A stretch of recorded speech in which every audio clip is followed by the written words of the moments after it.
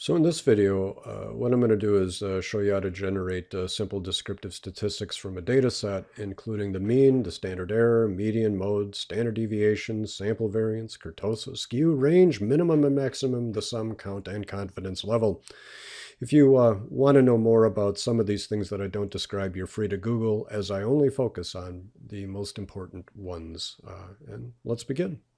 Start file looks like this. You've got one sheet that has survey scores typed into it and rubric scores. That's what this looks like. And the primary difference between them, besides the names, well, it's this. This is a table, and this is just a bunch of numbers and some column headers. But it's always easiest and best to work with a table. And what I want to tell you, before you do anything, first thing you always want to do is never mess up your raw data. I'm going to go up to File, and I'm going to go to Save As, and I'm going to just put in here, I'll mark this with a 1, and just File 1. I didn't mean to type a Z there. I'm just going to call it File 1, and save it. And that way, if I accidentally do something bad to this data set, I can always go back to the original. I don't care if I got versioning on or not, and if you don't know what I'm talking about, never mind. So let me tell you the two things, or the three things that I want to do with you today. First of all, there are a couple of add-ins that we need before we do any kind of analysis or joining of the data sets together, because eventually that's what I'm going to do. I'm going to put survey scores together with rubric scores so that we got a big old data set that we can analyze. But before we do that, what I need to do is I need to turn this into a table, and I want to show you how to do that. So I'm going to just highlight this whole data set right here, and then I'm going to go up to where it says Insert. I'll click on Insert, and this is the icon that I want. If you can't see your stuff, by the way, and you're on a PC, this is the toggle way at the top where you can auto-hide, show tabs, or show tabs and commands, and you want the Show Tabs and Commands view selected. I've highlighted my table that I'm going to create, and I'm going to click Table. And where is the table data used for your table? It's right here. I've already selected it. You want to be sure that you've selected my table as header, and then click on OK. This turns it into a table that looks like this. And this is kind of a garish looking table, and I could change it, into orange or yellow or green or like this, right? But I guess I'll just leave it as blue so it's distinct from the other table that we have to use. I want to zoom in here a little bit, and I want you to see that none of these things are centered correctly. And I always do like to keep my stuff centered. So I'm just going to go back over to Home, and I'm going to click on this icon right here and center everything. If you're wondering what these are for, I'll show you. If you have all your data mashed down at the bottom, you can put it in the center of the cell or up at the top. So I like to keep my data at the top and centered, and you can see what that looks like right here. Now notice that it automatically filters this for me, which is very nice, because if I sort these, for example, I click on the down arrow and I sort from largest to smallest, or from smallest to largest, it keeps everything together. This record, in other words, stays with the identifier. If you don't do that, let me just use Control Z or Command Z on a Mac, I believe. If you don't do that, I want you to see what happens. So I'm backing all the way out until I get to this table before it was a table, and this is what it looks like. If I were to click here and then go under Data and Filter, and I'm not careful, I could wind up messing up my data completely. So the important thing to do is to make sure that you have in fact created a table. Otherwise, it could get ugly. And so I'm going to just hold Control Y and go back through my data. And of course, Control Y is not working at all. So let me just highlight my table again. And I'm going to go over to here, and let me unfilter this. Let me start again from where I was. I'm going to highlight my table. I'll go up to Insert, and I'll click on Table, and my table has headers. Click on OK, and I'll keep the default setting. And under Home, I'm going to put all of my data at the top of the cell, and I will center it. Good. Now I'm happy. Now, before we put these two tables together, what I thought would be useful is for us just to generate some simple statistics on the survey score, on the survey scores, and then I'll delete them, and then we'll put the tables together. So let me just show you a couple of things, if I may. First of all, my friends, when we're looking at this table right here, we are looking at survey questions, and this is survey item 1, 2, 3, etc. Now, this is based on survey item 1, survey item 2, and so forth. So I don't have the names put into this table, which perhaps would be useful, but just for the sake of example, just imagine that I have labeled them so it's more meaningful than just 1 through items 7. Let me jump over to rubric scores really quick. And okay, it's got, in my example, I believe that what I have done is I've cut off the last row of the tables. So I want to do that right now. And it's useful for you to know how to do this. I'm going to right click on here, select delete, and I'm going to delete the table columns because again, I created a table and that takes it away. I'm going to do the same thing for the survey score. I'm going to right click, delete, and delete the table columns so that I'm only dealing with 6 items in here. So what we've done so far is we created a table and we removed the last column from the survey scores and from the rubric scores, as you see in here. Let me get back to the survey scores, and I want to tell you what I want to do next. I want to generate some very simple descriptive statistics for this table. And in order to do that, I am going to use a add-in, and I want to show you where you find the add-in or what the add-in looks like first. When I click on My Data tab, you can look all the way over here and you see something called Data Analysis. Now you might want to check on your version of Excel by clicking on Data to see if you have already enabled Data Analysis. Now if you don't see it here, don't panic. I'm going to show you where to get it. You just move your mouse all the way over to File, click on File, mouse down to Options, click on Options, and you can see that you have a number of items on the left column. And the one that I want you to select is the one that says Add-ins. Now, I have already added in the analysis tool pack. It's already fired up and ready to go. And you can see what it is. It is an Excel add-in. So let's deal with that first. Now, your screen likely is not going to look like mine because I've added a whole lot of crap into my version of Excel, but in yours, you probably aren't seeing a lot in here. So you're not going to be able to select this. And I don't want to remove the add-in, by the way. So just look at your screen. You probably don't see any of this stuff in there. So how do you do it? Make sure you're on add-ins. Make sure you're on Excel add-ins and click on Go, and you're going to see the add-ins that are available. You can include an analysis tool pack. One that I use is code. We don't want that one. We're not dealing with any euro currency, so never mind. And solver, I use it for things that I use it for, but you don't need to select the solver. It's unlikely I'll ever use that in a tutorial. But the one that I am going to use is the one that's called Analysis Tool Pack. So be sure that you select it so that you've got the Analysis Tool Pack selected and click OK. And now when you go to your data tab, you'll be able to see data analysis there. And so that's very, very handy. So what does it do? Well, what it's going to do for us is the following. I'm going to go ahead and click on that tab. And I want you to see what it does is that it includes a whole lot of analyses that you could do. You could do an ANOVA, correlation, covariance, and you can scroll through if you want to see all of the other things you could do. You could also do regressions and t-tests and so forth. But for our purposes, let's just keep it simple. And I'm going to select descriptive statistics, as I've done here, and then I'm going to click on OK. Now, this is going to give me the option of what kind of statistics that I want to include.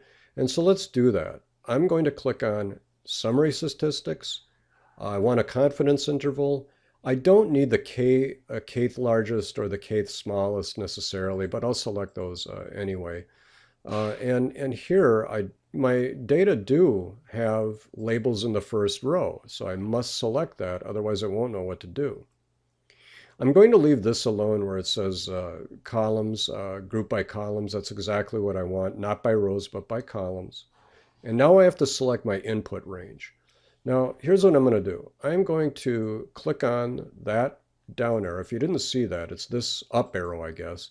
This is going to make the window look like this. And now I'm going to come over and select the entire table, just like this, from the header row all the way down to the last row in the data set.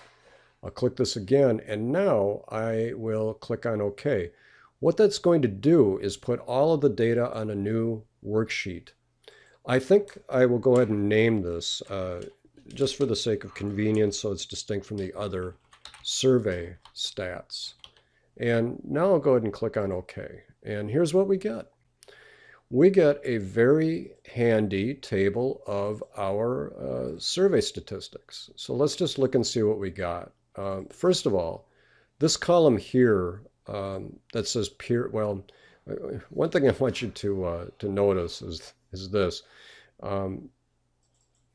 I don't like the way that Excel lays out the table at all. First of all, it includes all of the the column headers. S1, for example, these are the important ones. S1, which is going to tell me the mean for survey item 1, the mean for survey item 2. I don't like how they're staggered. I want this right here to be over that cell. And I don't need a calculation on period, for sure. And I certainly don't need a calculation on the student ID number. That is just ridiculous. So what I will do is this. I want to just quickly shift over all of these columns first. I don't need these items in here. I don't need the period summary. It was only the number 1 because it was first period of assessment. I don't need an average on the student ID numbers. So I'm going to delete these 4 columns, and that's just going to leave me with what I need, which is the mean, the standard deviation, and standard error, etc. for survey item 1, 2, 3, 4, 5, and 6. Now, the other thing that I like to do is this. I like to take all of these column headers and highlight across. All I did was selected and held my mouse down, my left mouse button down, and I selected all the way across. And now I'm going to do this. I'm going to click on Cut, and then I'm going to paste right into this cell here, and then I'm going to explain why I did it. That's because now all of my survey item 1 headings fall above the values. Instead of being above the statistical measure, or the descriptive statistic, it's now been positioned above the data, and I like that a lot better. And this is what I like to call this item here. I like to just call this a statistic because we're going to look at them one by one. Now, in another thing that I don't like so much is the repeated column over and over again. Mean, mean, mean. You know, this, I've already got all of this information in this column, right? I don't want it repeated again. I don't need C. I don't, and I'm going to hold my control button down to select multiple columns. If you can't do that, just select column C, and then you can right-click delete, and it'll get rid of it. But if you do have the ability to hold down the control button on your keyboard, select the column, hold down control, and you can just click all the way across just like this and click delete. And now I've got everything. All of the means are easily read across here, the median, etc. And what I want to do again is what I like to do, highlight these items, and I am going to move everything to the top, and I will then align everything to the center. And now we've got a pretty good looking table. Before I go over the most valuable items in here, what I think that I'd like to do is just put this table back over to the survey scores. Now I need you to pay attention to what I'm looking at here. So If you look at statistic, it goes from statistic immediately into the survey items. And I want to come over here to survey scores. Now remember, there's a student ID followed by the period, and this is period number 1. So before I copy anything over to this sheet, I want everything to line up nicely underneath the columns here. So what I'm going to do is come over here to this table, and I'm going to go to column B, highlight it. I'm going to right click and I'm going to insert a column, and it's just that easy. And it inserted it to the left, and that's what Excel is programmed to do. The other thing that I notice is I've got a blank row here. I don't need to have a blank row in this table. So I'm going to go ahead and right click and delete it just like that. Now, if you don't have the ability to right click and all that stuff, just notice that you can highlight the row you want gone and just click on delete, and you can do delete sheet rows and it'll take off the row. So you have under home, you have a number of things that you can do: insert rows or columns, delete rows or columns. So you could have gotten there using that. If I mouse down, you can see that you could delete columns if you happen to highlight a column. That's how I could have gotten rid of column 7 or the item 7 in there. So anyway, I want to highlight all of this stuff, and I want to click on copy, and I'm going to click on rubric scores, survey scores.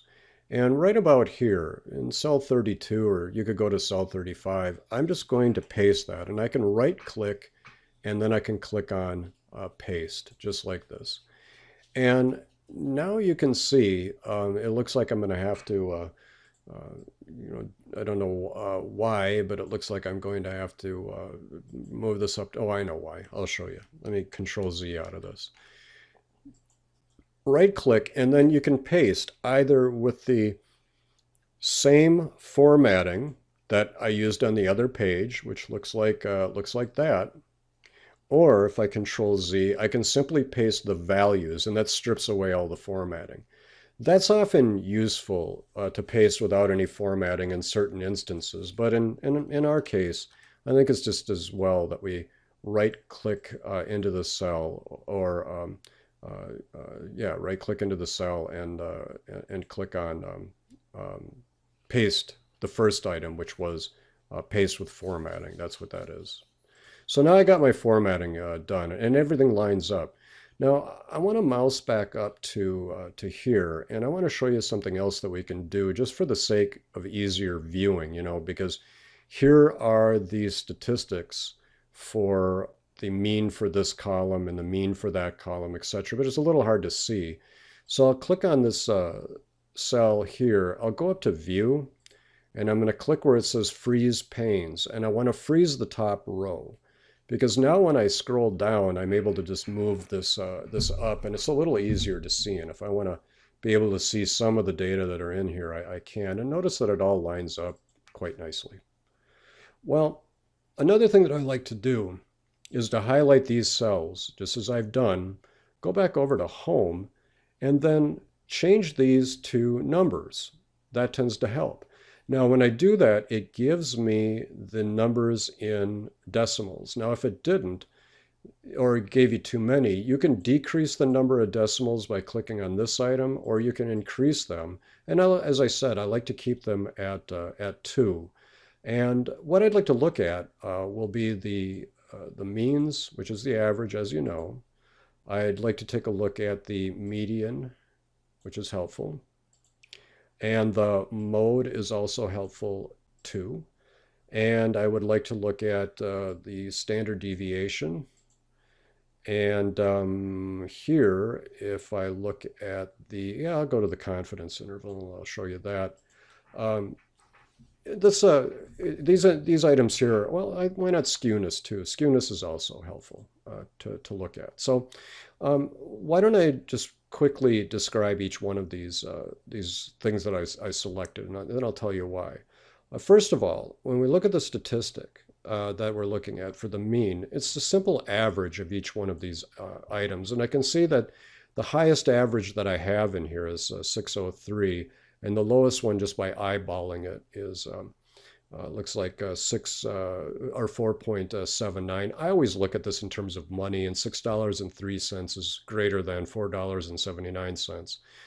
The median is the middle number, as you see here, and the mode is the most frequently occurring number that you see in here. Now, one question that we may need to answer is whether or not our data are in fact normal or not. And I'll show you why that's important in a moment. And if mean and median and mode are all the same, then you're fairly confident that your data set is normal. It's going to be very hard to get a normal a normal bell-shaped curve out of these numbers here because these are items on a scale from 1 to 10. So we don't really have a true number that we can average, but we do the best that we can when we do stuff. Another number to look at is skewness, and that's whether or not the data are skewed more away from the mean or toward the mean. And what's confusing is this, that if you see a negative sign here, like negative 0.05, what it means is this, that the data are negatively skewed, meaning that they're skewed away from the mean. They're positive, actually. In other words, you've got more higher values than you do lower numbers in your data set. If you look at things that are positively skewed, that means you've got more lower numbers than you do higher numbers. And that's why how you can see right here, you've got a lower average. It's because you have a positive skew. You have more of these lower numbers in them than you do higher numbers. And then there you go. Kurtosis, that simply means that how, well, it's easier to show you what skew and kurtosis are. Let me do that really quick. So through the magic of the internet, I went out and grabbed a couple of pictures, and let's take a look at those right now if we could. And let me start with this one here, which explains a little bit about positive and negative and symmetrical distributions. Now, remember what I said, even if you forgot, and that was the following. I said that when we're looking at mean, median, and mode, which you can't see right now because I have to make some changes to this, and that's what I'm doing right now. Just be patient. Stop rushing me in order to explain this. If we're looking at the mean, median, and mode, if they're all roughly stacked like this, then you're kind of confident that you have a symmetrical distribution. There are, of course, specific statistical tests that we use in order to ensure that this is the case. But if you've got everything stacked, you're looking pretty good. Now, this is what I was saying before when I moved this over here, that positive skew means that here's your average. And with the positively skewed data, you got a bunch of scores that are all clumped down here, meaning if this is, from 1 point all the way to 10 points, you've got a whole lot of low scorers here. And that's important for a reason that I'll divulge in a moment. So if we look at the skewness as we see here, item number 2 is skewed positively, meaning that you've got more lower scores than you do higher scores. Now that's not the case for this one. So this is like you have 23 cents worth of skew away from the mean, below the mean. Here I've got negative 41 cents. Well, what does that mean? It means this, my friends. It means that I got a negative skew. So this is one of the rare cases where negative is actually positive. What it means is that I've got more scores that are higher than the mean. So the scores are skewed above the mean. They're skewed negatively. I guess that's just terms we use to confuse one another. But that's what these distributions look like. And I know what you're thinking. You're thinking, who the hell cares? Well, this is why you care, because this is a very useful thing, the normal curve, for this reason. When I'm looking at a mean of let's say 6.03, that means 6.03 is going to fall right on this line right here. So let me try to just highlight that area for you. Oh, gosh darn it. I guess it just wants to be there. Fine. We'll just have it be right there for right now. What that means is that that value of 6.03 is right here. That's where it is. Now, this thing's going to drive me nuts, is what it's going to do. And so let me scroll down if I can and apologize for this. Oh, come on. Oh my God. All right. I can do this, right? No, I can't. Oh, for crying out loud. Yeah, so after some fun with Excel, I believe I have this working now. So let's just take a look at this column. Here we have a value of 6.03. So the average score between 1 and 10 on survey item 1 was 6.03. So that's what our mean looks like right here. The average is 6.03. Now here's the important thing, my friends. If we have normally distributed data that are not skewed, either positively or negatively, but everything looks good in terms of no skew, positive or negative, then we can say certain things about our data set.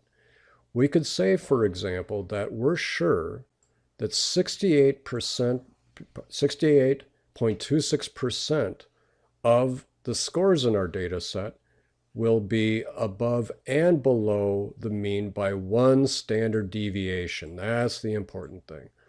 So if I have normally distributed data, when I look at my mean, I know 1 standard deviation below will account for 34.13% of my respondents. And I can say the same thing, that 1 standard deviation above will tell me that I've got 34.13% above the mean. Now, I want you to look at what I'm looking at. And that's what this little sigma looks like. That's a Greek letter for sigma. And so sigma stands for our standard deviation, which is right here. So how do we use this thing? We use it like this. 6.03 plus the standard deviation of 2.95, or $6.03 plus $2.95 is going to give us 8, 9, 98 cents, 8.8. So that means 8.89 is what it's going to give me. When I add this together, I get 8.89. My mean is 6.03. That's my average score. If I go up 1 standard deviation right here, I know that 1 standard deviation above is 8.89. The value 8.89. That's 1 standard deviation above. And that means that I can account for 34.13% or 34% of my scores are 1 standard deviation above the mean up to 8.89. And that would mean that, the reverse, that if I were to go 1 standard deviation below, I would subtract 6.03 and 6.95, and I would tell you that it's a lot. No, I just don't have my subtraction down in my head yet. I mean, I know that there's a trick for it. Like, we got 6 minus 3. Okay, 6 minus 3 gives us 3. And gosh darn it, I'm not going to do that. Here's what I'm going to do. I'm going to do like this. So let's learn our first formula for helping Dr. Busalis out here. So I'm going to go equals and select that cell, and then I'm going to put in a minus sign, and I'm going to select that cell, and then I'm going to hit enter, and I get 3.09. Whoopee. All right, I don't need that formula messing stuff up. So I know then that 3.03 is 1 standard deviation below. So I'm going to have scores that are going to fall within this range, or 68.26, or 68% of my scores are going to fall within 1 standard deviation above and below my mean. That's what we're learning here. If we're looking at the confidence interval, the confidence interval tells us this. That's the plus or minus sign. I can be 95% sure that my scores will either be between, they could go as, the average could be as high as 7.15 or $7.15, on any given day, or it could be as low as, oh, come on. Oh, I don't like these. Well, you need to see how to do the formula again anyway. So we're going to put in an equal sign here, and then we'll select the mean, and then we'll put in a minus sign. We'll select that. 4.91. And why don't I show you how to do the addition one so we can do the comparison. I'm going to type an equal sign, and that's where there's my formulas bar up here, or I can type it right in the cell, equals sum. And it helps if you have your fingers on the right keys, apparently. Sum, and I'll put in a parens, 1.12, close parens. That didn't work at all. Great. Well, because you have to have two numbers in there, Chris. All right, let's try that again. I want to add that number, and I want to add, I'm going to hold down my control key and select that one. Oh, gosh darn it. Now that doesn't work. All right, I want to select, oh, I don't know what I'm doing, but I actually do. So I'm going to select C33, comma, and then I'm going to select the confidence interval. So that's how I'm going to sum two cells. I'm not summing the whole column. I'm only summing that number and that number. And so let me go ahead and push button, and I got 7.15. So my average could be as high as 7.15 or as low as 4.91. I'm 95% certain that my numbers could fall between these values for the average. That's not so good, you know. That's a pretty big gap. That's a pretty big swing. You typically don't want anything that large, but whatever. But that's what this stuff enables us to talk about, and that's why it's useful. I hope that was somewhat informative to you, along with watching me mess up and fail. But let's get back to what my original intent happened to be. I'm going to just select this whole thing right here and delete it out, and just get back to our little table right here. So I created a table, and this is what I'm going to term this column. Apparently it disappeared. I want to retype in there SID for student ID number. Oh man, I'm having nothing but grief today. Great, SID. Oh, that's a bad word in British English. But here we have our student ID number, and let me center these up so it doesn't drive me absolutely insane. There we go. Okay, so now what are we doing, my friends? What I want to do is I want to put this table together, this one, the survey table, together with the rubric scores. That's my goal. Now, one thing I want you to notice is when I come up to this table and I go under table design, I've already named that table. And I happen to have called it rubric single. I want to come down here to survey scores, and I'll just select this cell in the table, for example. And under table design, it says table 3. I want to give that a name like, I guess survey single is what I will call it.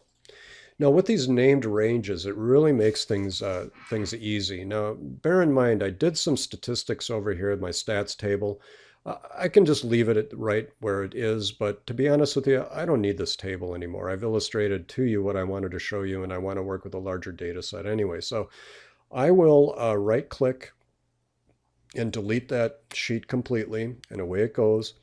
So now I am back to just two tables, survey scores and rubric scores. Now, for my next trick, as I told you, I want to use a query to put these together. And that's what I'm going to do next. And I'm going to show you how to work with Power Query in order to do that. And I'll show you that when I come back in the next video.